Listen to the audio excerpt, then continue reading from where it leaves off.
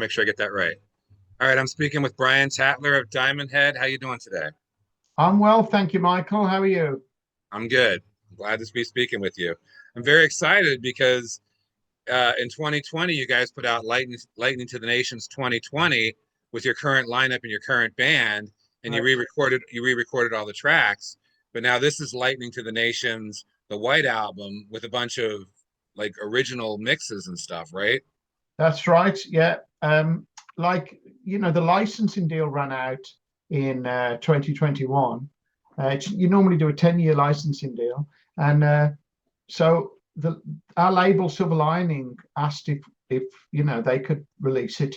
Uh, so we did the deal with them, and they asked about bonus tracks, and I got these tapes, these extra tapes that I'd never even listened to. I only came across them by accident. Oh, Um, really? yeah, so I got them transferred over to digital, so I could actually listen to them and find out what was on them. And they turned out to be kind of mono mixes from the session when we made the record in 1980. And of course, I've got no memory of doing them or why they'd been done. Who they were for. They were possibly for the manager or someone to have a listen to progress, work in progress or something like that. So it's a miracle they've survived this long, 42 years, and then that they found their way back to me. So of course I thought the fans would probably like to hear this, unreleased material. But they're the same versions really of the album, but they're just different mixes. And there's like a different vocal on one, and there's a different guitar solo on another, and things like that. Just little changes, but they've never been released before. And I only came across them, a few years ago. So they're just been lost, really. Yeah, for 4 decades. That's amazing. Yeah.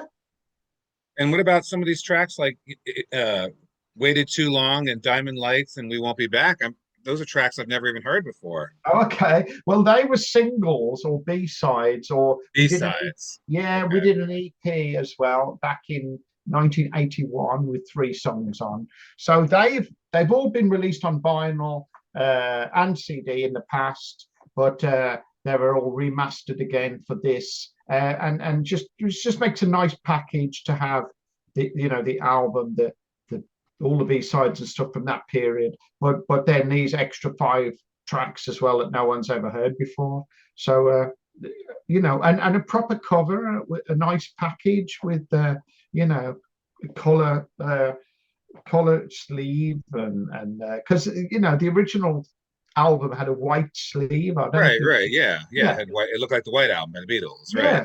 It got nicknamed the White Album. I mean, it was Yeah, I supposed know. to That's be what I called it back in the day, the White Album. yeah, it was supposed to be Lightened to the Nations, but it got nicknamed the White Album because it was no image on it at all, and even the center disc of the record was white, so no one even knew what the songs were called or anything. It was strange. It wasn't until I got the Metal Blade Yeah, reissue that it was called Lightning to the Nations. I'm like, wait, I thought it was called the White Album. So yeah, yeah, I that's was the right. same way. I thought it was just like a heavy metal version of the Beatles. It's the White Album, but Yes, that's right. Well, that album was called The Beatles, wasn't it? I know. We still called it the White Album. I We know. do. I still call it the White Album, and I think No, some people so call this is the same.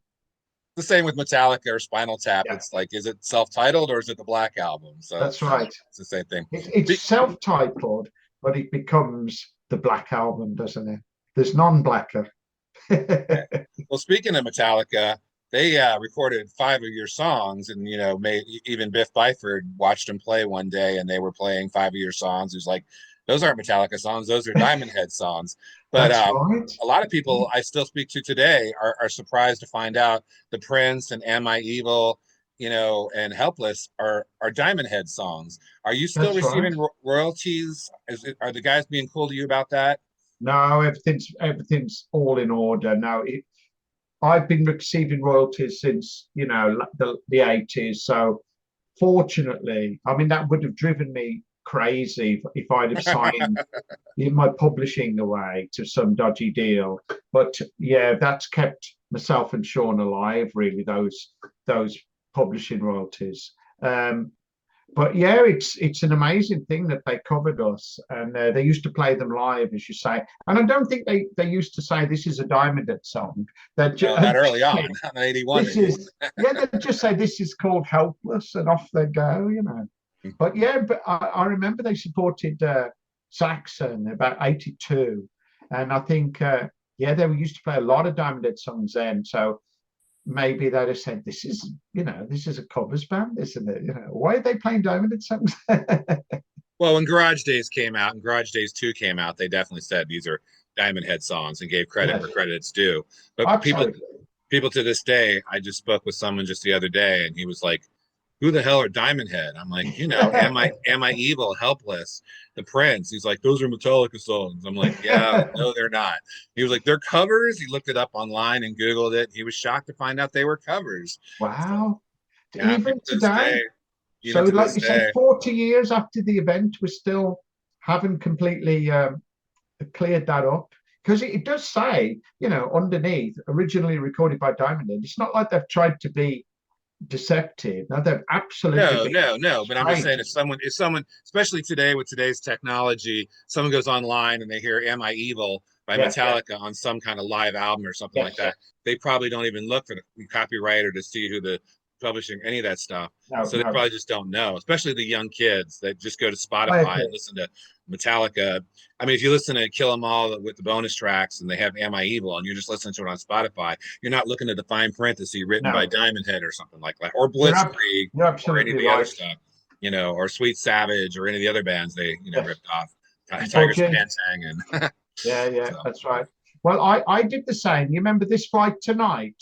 It's a Joni Mitchell song, but over Joni here, Mitchell, Nazareth absolutely. recorded And it. Nazareth recorded it And exactly. I loved that song. And I used to think it was a Nazareth song Yeah, until one day I looked closely and it said Joni Mitchell.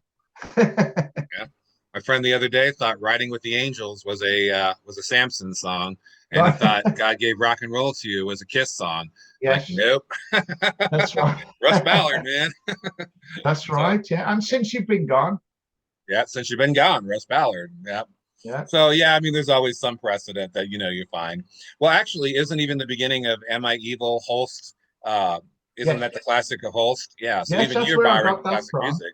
Yeah, I just borrowed their down, down, down, Yeah, down, yeah. that tune from Hulk. Yeah, From Planets, The right? Planet Suite. Yeah, Right. So there's always inspiration, which is good. It's good to find out it yes, is for inspiration, it's got to come from somewhere.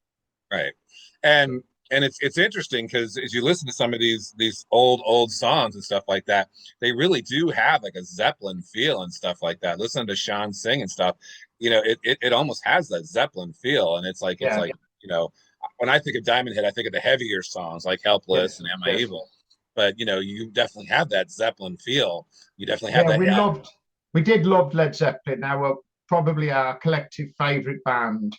So, and Sean was a huge fan of Robert Plant and I was was gonna say he must inspired. have been a Yeah. channeling Robert Plant, right? Yes, he was. So we easily slipped into a Zeppelin kind of feel, you know. I mean, the Sabbath is Purple, is Priest, Purple but for sure. Ian Gillian, de yes. definitely. But Zeppelin, we probably wanted to be Led Zeppelin more than any other band. If you know, in our fantasy world, we'd like to be Led Zeppelin, yeah, but didn't quite work out. But never mind. So you were like the next level of Led Zeppelin with the heavier bites. Yeah, possibly. Just the heavy bits. Well, I mean, you had speed metal where before there was even the term, or before there was even, I mean, those riffs are, Helpless. Those riffs on Helpless, that was Yeah, unprecedented for 1980. yeah. That's pretty amazing stuff. It's fast. Yeah, even now, some of those riffs are quite hard to play. I have to really focus and concentrate. Yeah, yeah, That's awesome. It's amazing you remember that stuff because I mean, it's been so long. Now, yeah. are there plans now because you've done Lightning to the Nations twice. You've re-recorded it with your current lineup, and now you're re-releasing this again. Are there plans to maybe do Borrowed Time in Canterbury? No, I'll tell you Bummer. why. We don't own those, you see. We own Oh, Lightning really? to the Nations, yeah, and we've done a licensing deal to the label. But we signed to MCA in 1982, and they would have paid for the recording, so they own Borrowed Time, they own Canterbury, and therefore it's not up to us to re-release or anything. It would have to come from them. And of course, Universal own MCA now. They were taken Right. over a long time ago. So Universal's massive, and they wouldn't be interested in somebody like me coming to them and saying, "Can you re-release Borrowed Time?" We'd be small fry, to them. And obviously, if they come and said, "We're going to put Borrowed Time out, and have you got any bonus material?" Blah blah blah. Great, but that hasn't happened yet, so I don't know if it ever will. Yeah, that's such a shame because it's Shame. such a great album and such a Yeah. great sophomore follow-up release.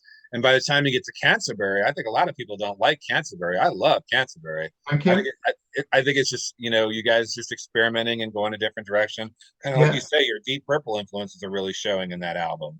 So Yes. Yeah. We definitely kept experimenting. It was probably a bad thing in hindsight. We probably should have stuck to a style, nailed our colours to the mast, as they say.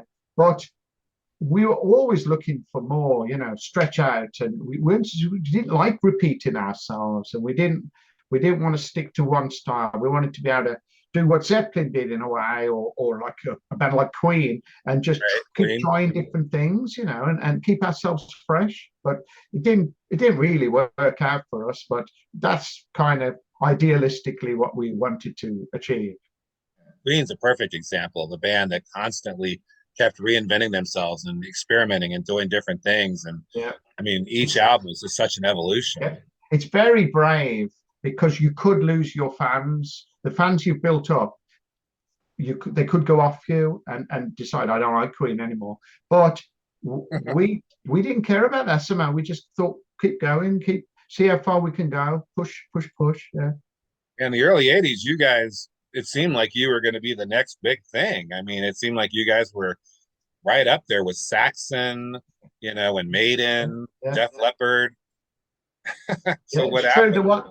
There was a point where we were being tipped for greatness. The papers liked us, Jeff Barton and Malcolm Yeah, of Darwin, course. Yeah, big sounds and everything. reviewers. Yeah, they gave us some incredible reviews and confidence boosters. But it took us a long time to get signed, and then by the time we did get signed, it felt like some of the momentum had gone out of the new wave of British heavy metal, and it was a struggle.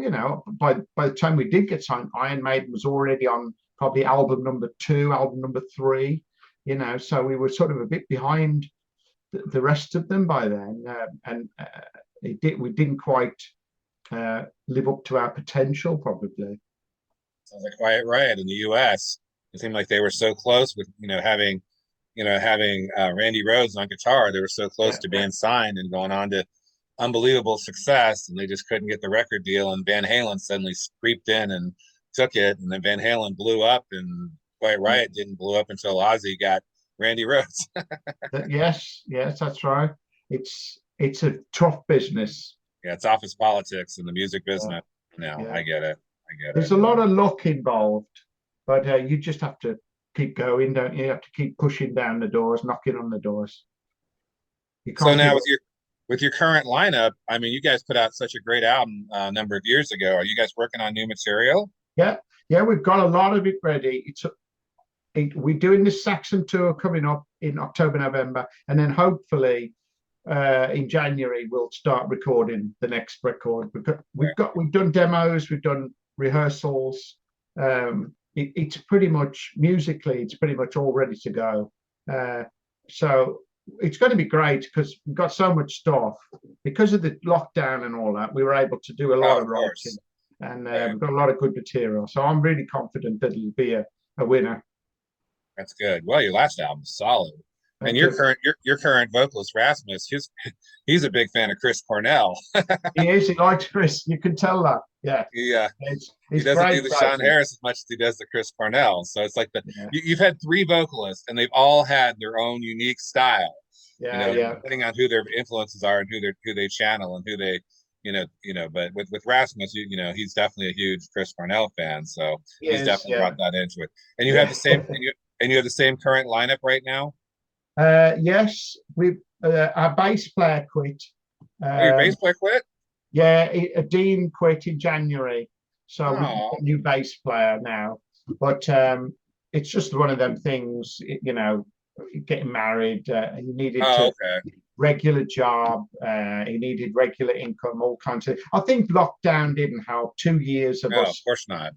doing very little. I think he was in the end. He needed to have a 9 to 5, so he's gone. But I mean, we loved him. He was a brilliant musician, a brilliant member of the band.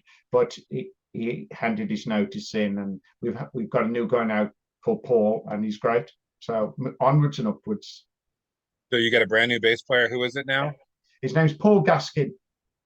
And is he from any other bands that I would know? Uh, he's been in bands, but nothing famous, not a famous band. Now Nothing you won't renowned. have heard of. No, he lives near to me actually. Oh, that's good. We wanted somebody from the Midlands to make logistics a bit easier. So we just auditioned guys from around the Midlands and picked Paul. Okay. Well, that's good. So, okay, so the new material and all the demos and everything you're working on is with your new bass player. Yes, yes. And you He'll said be you on guys the next album, Yeah, of right. course. And you said you guys are going on tour with Saxon. When does that begin? Yeah, that begins end of September into October and November. So the first days in Germany, we're playing this festival called Keep It True, and then it's Oh, all okay, playing Keep It True. Okay, I know Keep It True yeah. for sure. We've done Keep It True in the past, and it was really good. But Saxon are doing it this time, and we're on with Saxon, and then we go off on tour with just Saxon Diamond Head. It's about 33 dates, I think, across Europe and UK. So that'll be awesome. Looking forward to that. Oh, that's great. And talk about two iconic bands from the 80s that Yeah, set the precedent. It's a good package. I think it'll be great fun. Oh, it should definitely be great fun. Now, Keep It True. Are you guys going to do Lightning to the Nations in its entirety? Or are you still going to do any kind of a normal set? Or I'm not sure. I can't remember. We have done some shows where it's just lightning, but I can't remember. I think we've got an hour spot, so it might be. We always do quite a few songs anyway off lightning. oh But yeah, no, I know. Every time I've seen you, you do yeah, but the sometimes we do all staples, seven. the Metallica Yeah, songs. yeah, we do plenty of Metallica. Yeah, We have to say the Metallica songs, you guys. Because I remember I saw you at a club and I saw you at a club in Columbus, and oh my God, there must have been like 30 people, and they were all standing around the bar. And as soon as you started to play "Am I Evil," everybody rushed to the stage like they're covering Metallica. yeah. And Oh then you yeah, did help. Metallica covers band. Yeah, they're doing "Helpless" and they're doing "Am I Evil." This is awesome. They play Metallica songs. And I was like, no, you're missing the point. But I mean, Yeah. Oh my God. that's that's the naivete of America. Obviously, as huge as Metallica is, and it's kind of that Beavis and Butthead mentality that, like, I'm wearing an AC/DC hat, AC/DC and Metallica. Everybody loves AC/DC and Metallica, Yeah. but they never really bother to do the research or become fans of the band or become Yeah. involved in the band. They just listen to the music and then go to the shows. And Yeah. it's kind of like being a football fan of a certain team or something like that. You Yeah. know, or being a Catholic and going to mass on Easter and Christmas. They're wishy-washy. They're not really diehards. Yes. So when they go to see, when they're hanging out at a bar and they see a band playing and they start doing songs that they recognize, they don't know that they're originals. Yeah, that's true. That's true. But at least they did the covers. It's helped bands like myself out because a lot of bands don't do covers, do they? Like AC/DC don't do covers Yeah, really. no. Well, they did blues songs back in the early 70s and stuff, but since they've had Yeah, albums out, they don't do covers now. not really. There's very few. I think they did Baby Please Don't Go. Yep. But I think that might be the only I'm one. a Rebel. They did I'm a Rebel. Oh, okay. Okay, fair enough. I stand corrected. Well, But yeah, but you're right. Metallica, It's few and far between. very few. And the same with Few and Black far Sabbath. between for AC/DC. But Metallica have done lots and lots of covers, and it's helped people like myself out tremendously, financially, but also the credibility and being an influential band and help keeping Diamond Head alive really by bringing us new fans.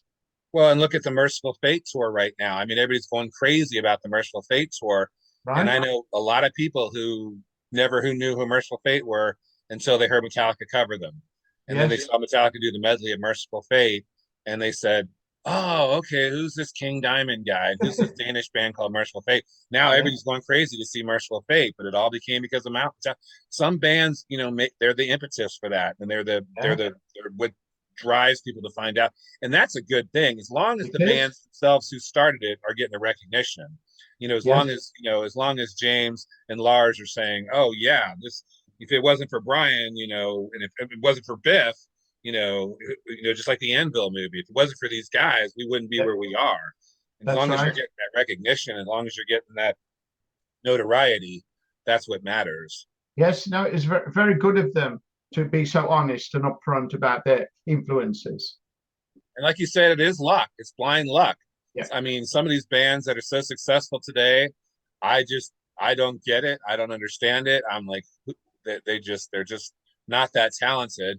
And then bands like Anvil, Raven, Diamond Head, Saxon, they're still playing clubs after 4 decades when they should Yeah. be playing arenas. Yeah. So, but a lot of bands are fine with that. I know the guys from Raven are happy doing what they're doing, and Yeah. I assume you guys are as well, right? Well, we would. It'd be nice to be bigger, but it's just economics. It's facts. It's the way it is. So you just accept it and you do everything you can to enjoy what we get. We see humor in many things, and we try and have a good time. So That's the that's the important thing is if you're enjoying doing what you're doing, having a good time and having humor, and we're I not couldn't getting do it. I couldn't do it if I didn't enjoy it. yeah, I and couldn't we're, enjoy it. and You we're know. not getting any older. So that's the other Oh, thing is that takes its toll too. I mean, being on the yes, it road and does. all that stuff like that. Given age and stuff like that, you probably don't want to be doing huge tours and stuff like that. No, I'm no. amazed the Rolling Stones are still at it. I I know, mean, incredible. They have set the benchmark, haven't they? For everyone to follow, because it used to be pop bands would come and go, but the Stones, everybody now will always say, well, the Stones are still going. Mick they're Jagger's playing they're playing football 79 or stadiums. whatever he is. They're not in their wheelchairs and they're playing football stadiums. Yeah, That's Mick pretty Jagger's impressive. incredible, isn't he? He can still prance about that stage like a young man, and as long as he can do that, we will go and watch them. All right. And you guys are still on Silver Lining Music then, right? Yeah, yeah, they're Okay. great. We've been with them since 2019. They're really good. Okay. And the other thing I was going to ask you is I've got the digital promo. Is this going to be for CD purposes? Is this going to be a double disc? Because it's Yeah, very long. I've got the CD here. Yeah, it's 2 discs. Okay, it is 2 CD. Oh, look at that. He's got the CD. That's awesome. Okay, it is Yeah, 2 discs. And I guess so 4 vinyl, it's 3 vinyl 3 vinyl. Okay. and 2 CD. 2 CD. Yeah, because I looked at it when I got the digital promo and I was like, this is 146 minutes long. This cannot be one CD. It has to be Yeah, two yeah, CDs. two So, CDs. and when is the release date? Because it's really hard to find online too much It's information about yeah, it's September 30th. 30th. Oh, same day New Tankard. Okay. Oh, okay. Okay. Yes, so a couple of weeks. Cool. Awesome. All right. Well, thank you very much for this interview and thanks for the conversation. And You're welcome. thanks for taking the time to indulge a diehard fan. Thank you, Michael. I've enjoyed it. Thanks for your time. Okay. Thank you. Bye. Bye.